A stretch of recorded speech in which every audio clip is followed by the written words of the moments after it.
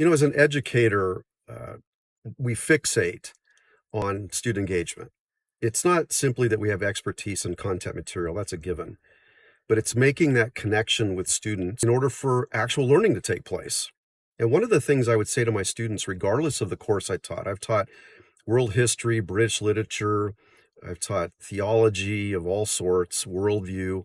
I begin the course by saying two things. One, if you disagree with me, I want to hear. I encourage you to be a skeptic. I want you to disagree with me if you do. So speak up, but have an argument. Don't just say, I disagree with you. That doesn't cut it.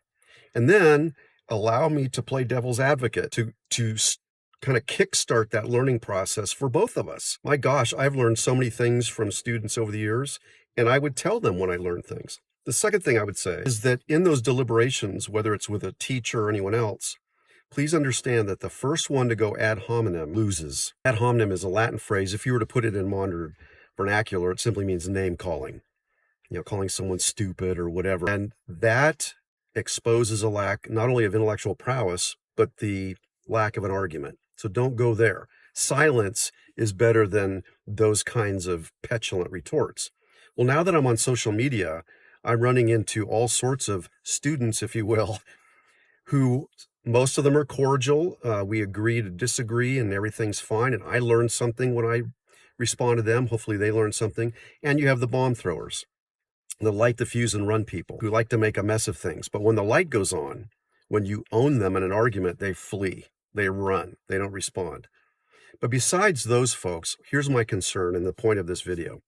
There's a sociological formula at work today that millions of people have embraced, and it goes like this. If you disagree with me, you hate me. And because you hate me, you are evil. And because you are evil, I can destroy your life.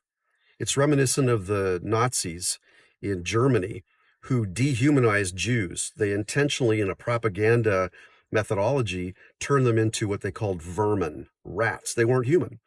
And therefore, because they were evil or not human, we could destroy them. My quest right now is to overcome that formula. I know that that formula is based on fear and insecurity. Now, from a biblical perspective, the Bible says that perfect love casts out all fear. So God's love is the only thing that will absolutely take care of that fear.